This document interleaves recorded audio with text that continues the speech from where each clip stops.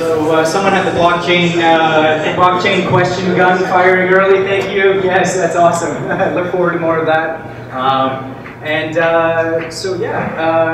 And thank you, Steve, for your talk. As you'll see, I have roots in mechanical engineering originally, so the value stream mapping, quite awesome, reminding me of industrial manufacturing and also Goldrat's book, The Goal, which is related in an interesting read around finding that critical chain. So awesome stuff. Thank you.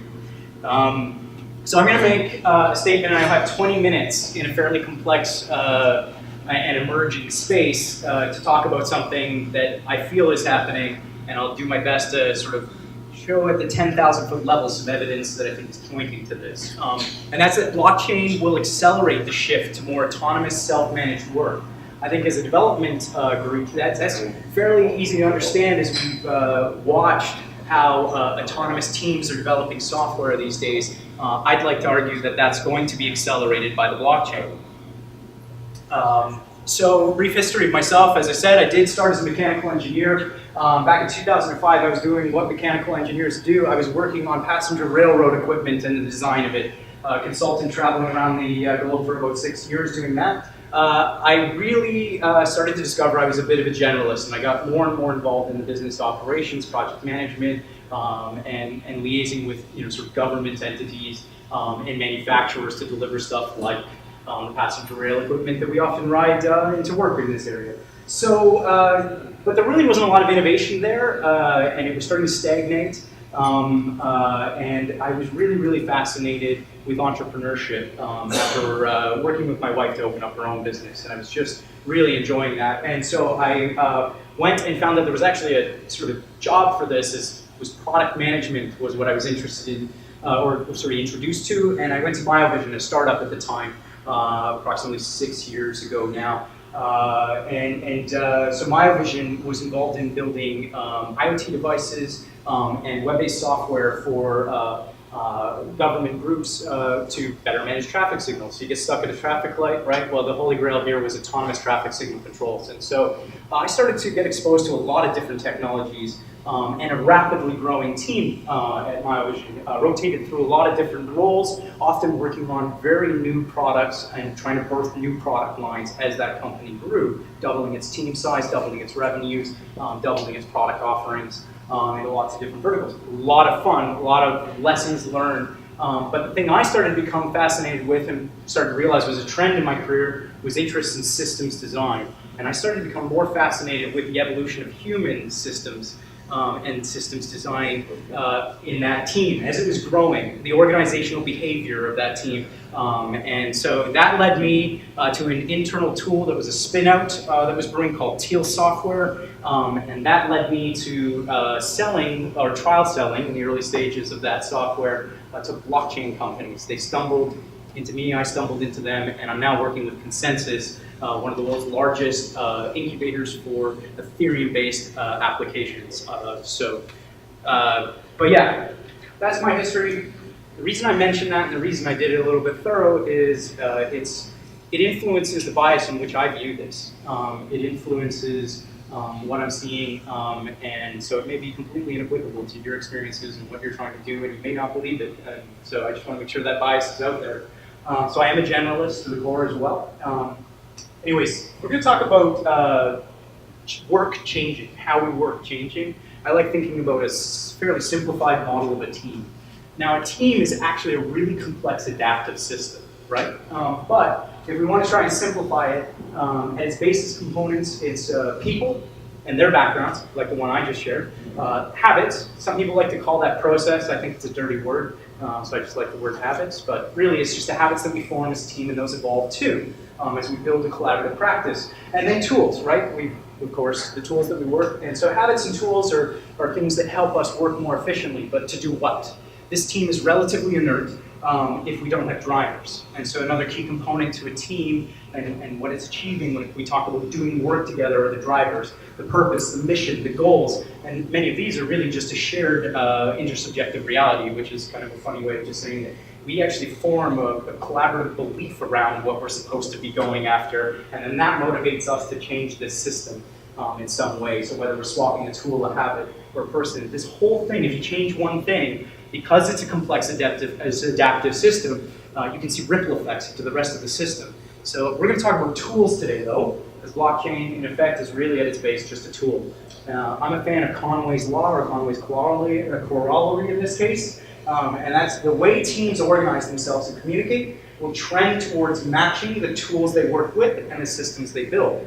One of the things that I had angst about as I started to just introspect about how teams work was the fact that most of the organizational behavior textbooks that I picked up were written, or at least the practices were established during the Industrial Revolution, which means it's no wonder phrases like, feeling like a cog in a machine is a thing. If Conway's law is true, effectively we were working in mechanized environments with mechanized tools. We built mechanical sort of ways of interacting with those environments, and that's the way in which we organized. One of the easiest ways to take a look at this and how a tool and a shift in a tool can change the behaviors of a working group and its working style is just looking at the history of Agile. So in the 1970s, near the tail end of that Industrial Revolution, you have sort of waterfall project management.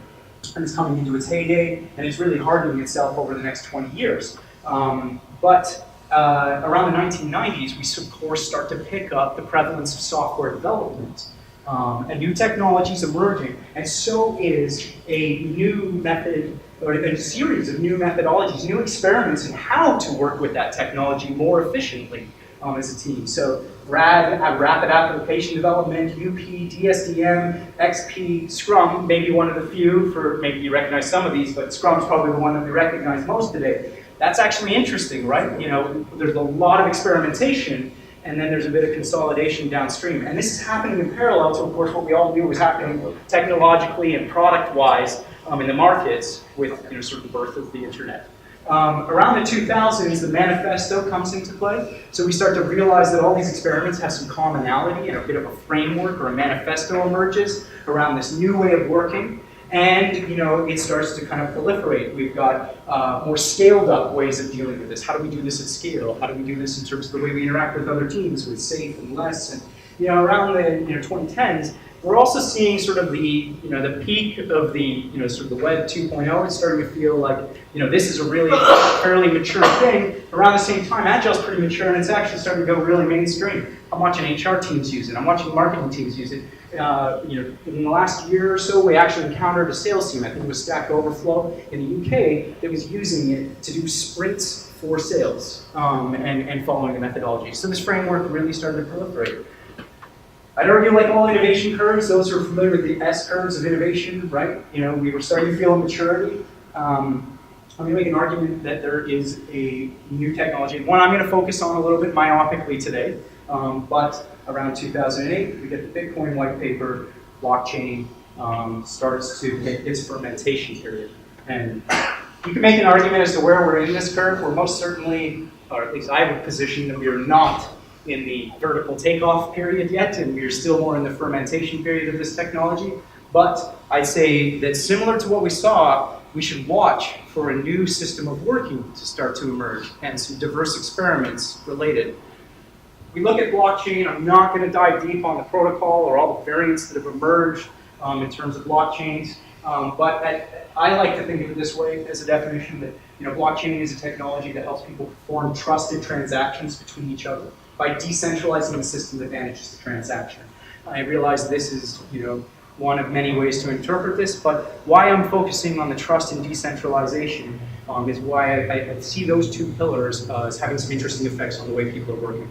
So of course, as I said, I'm not going to dive into this, but for high level, you've effectively got that distributed, decentralized computing environment with a protocol forming some form of consensus or validation of the transaction, and in the case of blockchain, maintaining a mutable ledger or record of that transaction that is shared by all parties.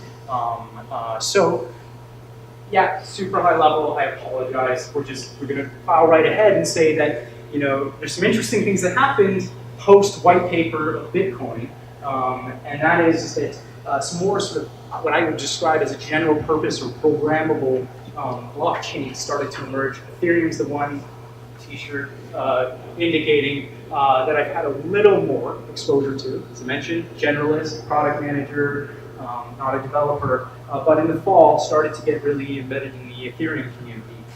And what was interesting about Ethereum is that because it's programmable through Solidity, new applications can emerge over top of this. A simplistic way of maybe looking at a blockchain would be like, oh, it's like a database, or maybe it's a new way to do decentralized compute, but along those sort of blurred boundaries, at the end of the day, though, you still have something that is fairly general purpose, just like any other decision you're making in a tech stack. You're making a decision of why you're employing this and what unique properties it's bringing forward in your tech stack. But what happens inevitably is that these applications start to emerge, and this is where I start to get fascinated. There are a category of applications that are emerging related to work distribution and collaboration. Starting here, because this one's really not that big a jump off of some of the things that were already happening in Web 2.0 with things like Elance, Upwork, these ideas of bounties. But what's sort of interesting here is that these bounties are starting to get paid in any cryptocurrency. And why that's particularly fascinating is you can start to incentivize collaboration, people who are not employees to receive micro stake in the project itself, aligning incentives to the people who are participating. I think that has a fairly interesting behavioral mechanic in comparison to an Elance where I just receive fiat dollars for the work that I've done. The other interesting thing is happening here. Colony would be an interesting project around that. A little less bounties. It's got bounties, but with a twist. Colony's early experiments with their protocol are around the idea of creating like a Trello board where each item on the Trello board is incentivized. So you can start to actually do agile with like a distributed, decentralized team of contractors who may not know the name of each other, but are able to participate in a project for some finite period of time, might hop on a Zoom call, might be on a shared Slack, and then they're receiving, sort of micro rewards relative to the finalization of the tasks. Now, we realize that some of these things have extents, right? Bounties, right? You need a really well-defined task to pull off a bounty in a relatively efficient way of outsourcing that work. And also in this Colony thing, you need to have a reasonably defined or time-bound thing. An example would be like a movie. You come together on a movie. There's some pretty well-defined roles. You do those roles. You disband and then you reband, and you often reband with people that you've worked with previously. So Colony might be something that's pointing towards that direction of work. But some neat things evolving here that align incentives. And the thing that's really interesting, and this starts to get even more interesting in my eyes, is governance and organization. So DAO, or a decentralized autonomous organization, got a lot of hype, particularly around the hacks associated with its early emergence. Read up on that if it's interesting to you. But what was most interesting was what it's trying to bring forward and how a lot of experiments are emerging around token-based governance. So the ability with an immutable record on this decentralized infrastructure to basically have people who have tokenized identity or tokenized stake and able to vote through various mechanisms. And what's interesting about this is you can start to digitize through these smart contracts experiments in all kinds of different governance that we can find some potentially interesting applications to. So yeah, simple democracy or multiple signatures required to a certain threshold to unlock something. Or we can talk about liquid democracy where we delegate our votes. And so I could liquidly move my token to somebody else so they have the ability to vote, revoke that and bring it back to myself on a different issue or item. And that's something that can be interesting in terms of, if we think of politics today, right, we kind of bring someone in and I've delegated my vote, to them for a long period of time. In certain situations we could play with pulling that around and moving it a little more fluidly through a system like this, provided it can be trusted and secure. Time-locked multisig is kind of interesting one to play with as well, where you have this idea of, if 80% or more is in play, then have already pushed yes in something, it can unlock faster and faster on the higher percentages. As lower percentages, you get this sort of, you can program what kind of decay you want on that, but let's imagine less than 10%, and it'd be like 5 years before this thing's going to happen until people start voting it up. And so you can have this time lock that's variable based on the people who are putting momentum behind it or pulling momentum away. The other one that's really interesting here are token curated registries, or TCRs. And there's a crypto primitive that basically is like a group of token holders who its job is to curate a list of some kind. And so this can be used in a lot of different applications, but one of the interesting things is to think of a submission of a proposal.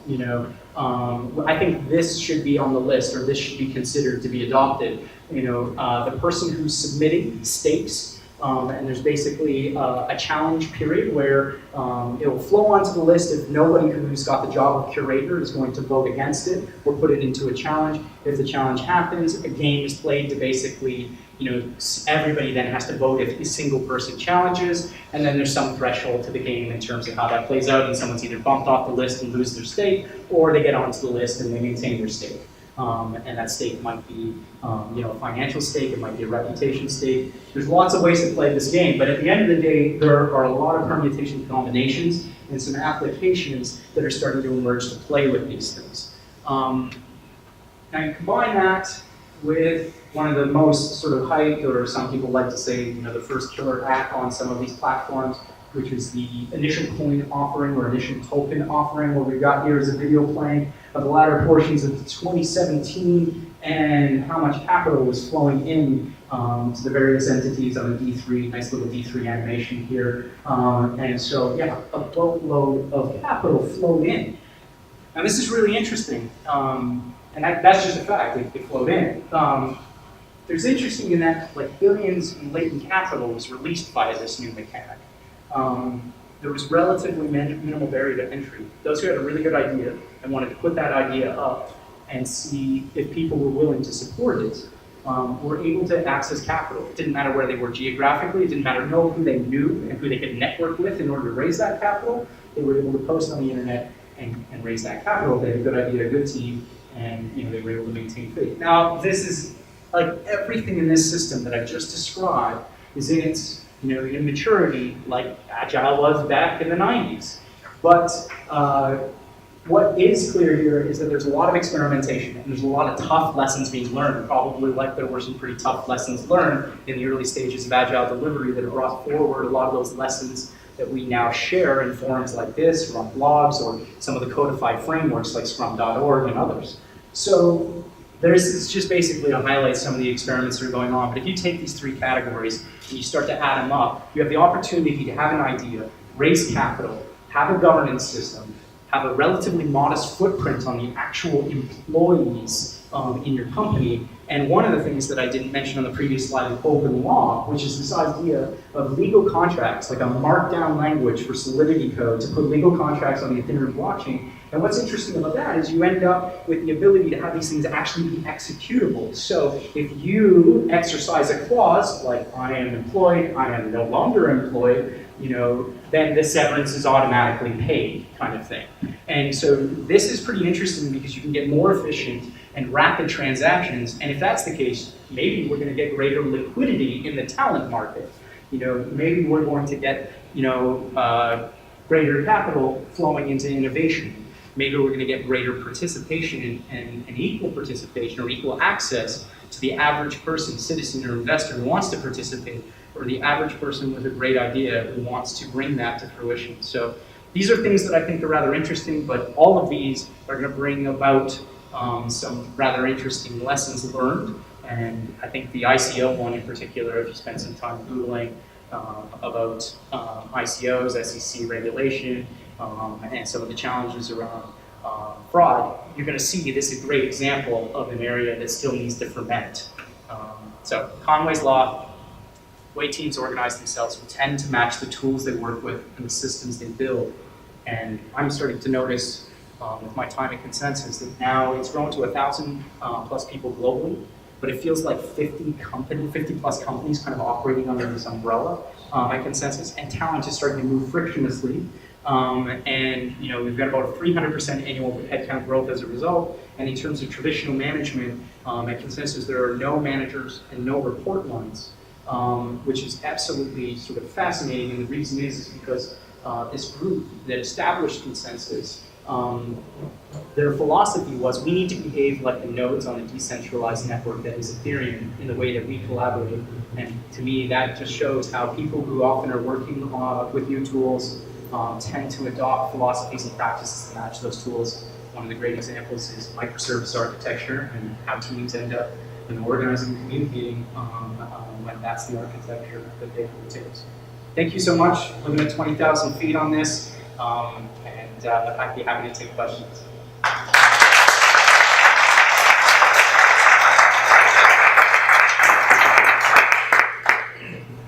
Yes. So inside of ConsenSys, are you guys using any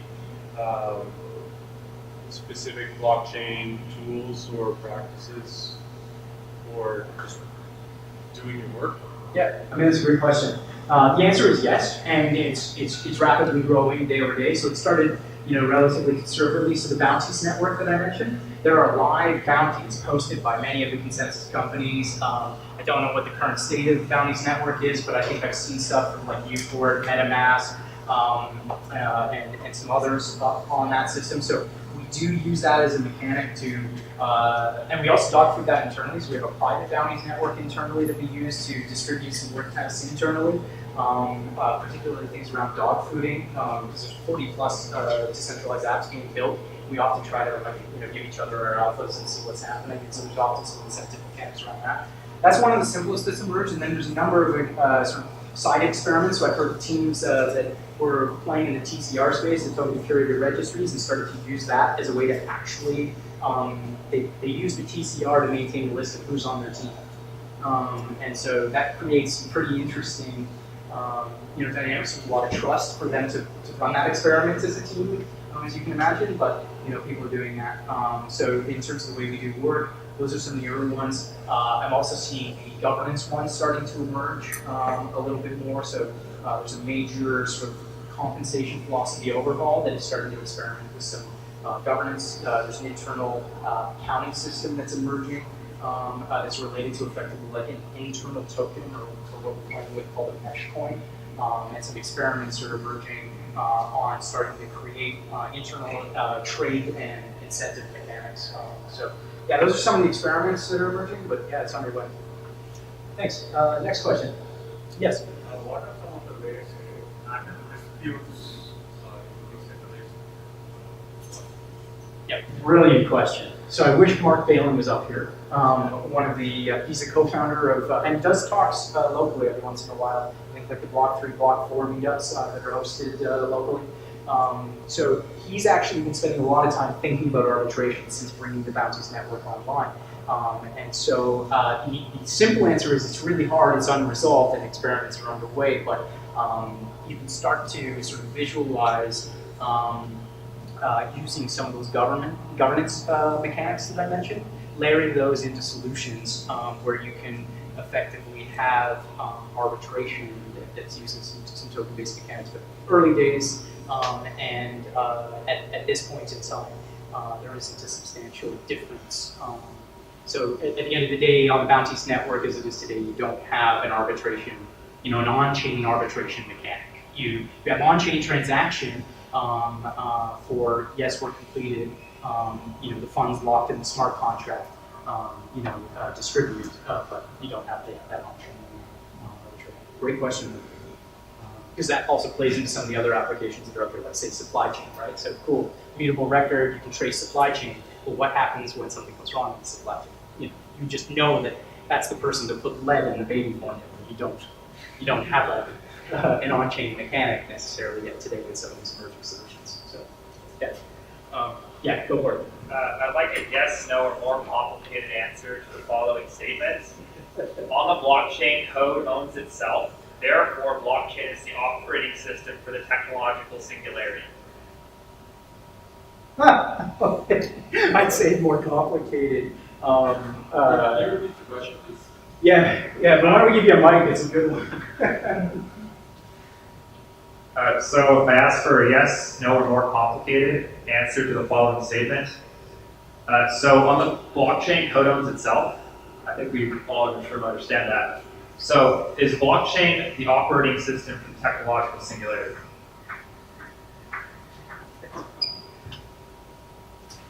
mean, it's an interesting question. I don't want to personally take an opinionated stance on this because I'm one of those people that doesn't sort of like supposing what the future might unfold. But I'd also be curious in the spirit of the dialogue. Do you have an opinion that you've started to form around that question? I'm going to answer with yes, because, well, so here's a thought experiment. If code owns itself, you can write a smart contract that can run its own code, and therefore it technically evolve to take over. So, and blockchain is the only tool alive today that you can actually pull it off with. Yeah, I think that's a fair answer. Yeah, I mean, maybe I was reading into it and thinking like, is it going to be the thing that pulls it off? And like, yeah, I think there's some other forces at play, but is it a platform or substrate that could? Yes. Yeah, I think that's probably a fair answer. Yeah, thank you. And yeah, I mean, frankly, that's one of the, in the fall of last year when I started to dive into the space, and my technical co-founder Victor and I were chatting, that was one of the things we love. We have really exciting emerging fields right now that have some interrelationships, of course, AI, blockchain, and quantum computing. And it'd be intriguing to see how the three of them dovetail up. Great question. Anyone else? Yeah. What do you feel the impacts of the European Union's right to be forgotten on blockchain technology? Beautiful. So is it GDPR? Am I getting that acronym right? Yeah. So GDPR. The question is, what European Union's right to be forgotten? I think this is fascinating. I have a personal opinion on it. I think this is great. I think it's a bit of an accelerant. Because one of the things that I didn't dive into today, in terms of some of the things that are being experimented with on blockchain, and this does have implications to work as well, is self-sovereign identity, right? So the ability to take better control and better management of one's personal identity and personal data. If you're the one holding the private keys and you have to authorize the use of your data, you can start to protect more sensitive data and manage that data yourself and manage who has the opportunity or the permissions to work with it. Now that's fascinating because in the state of GDPR, that's effectively, from my interpretation, the intent of what GDPR is trying to do. They're saying some of these technologies, as they've emerged when the internet didn't really have a sense of management of one's identity and one's data exhaust, so to speak, there are some people who started to take advantage of this and build business models that take advantage of this. GDPR says, you know what, enough is enough. You can't bury a bunch of stuff in your end user license agreements that take advantage of people. They have the right to take back that right. Now, I think most people are responding with fairly lo-fi methodologies to adhere to GDPR initially, and I think blockchain brings forward the opportunity to have a higher tech solution to self-sovereign identity and management of one's identity and data. So that's an awesome question. I hope I answered it appropriately. Yep. So I think in the GDPR question that ultimately your right to be forgotten is limited by the laws that say that this transaction is immutable and you can't be forgotten. And so, it comes down to if the blockchain has a transaction, you can't exercise your right to be forgotten in that case. So I love it. So yeah, I think you bring forward like another interesting detail that's in the mix, which is exactly that. If you have an immutable record, it's public, and then technically the ledger never forgets. So is that in violation of the intent? No, it's not a violation of the intent. They allow for that in GDPR. Yeah. Yeah. And so, and I apologize because I'm not an expert in GDPR, but at the same time, I think there are still some concerns around blockchain use because I do know that our legal team is having conversations about how best to work with the GDPR legislation as well as the European Union and understanding what it means. I think there's still a conception out there that if you purchase something in Bitcoin, that your identity is protected, which it isn't really. Yeah, it's fascinating you mentioned that. I think we were having a side conversation before the talk about that. That was basically, the idea that there might be a perception that although your wallet might be anonymized in a Bitcoin transaction, that there may still be the ability to trace a transaction back to an individual. And I think there are some who say that blockchain actually brings forward the opportunity through the immutable record to have greater sort of traceability of those transactions, and that's actually something that for the groups to say like tax evasion or fraud might be, at first it looks like Bitcoin is completely anonymous and that, that's a problem, but the flip side of the coin might be, oh, you've got this immutable record and you actually can audit this, and that might be better than maybe some of your legacy systems. So I mean, Well, the legal framework says that the record is immutable, at least for 7 years. yeah. So yeah, I apologize. You basically got into an area that's not an area that I've dived into myself much, and so thank you for sharing your thoughts on it. Yeah, thank you. On that note, Yeah. thank you.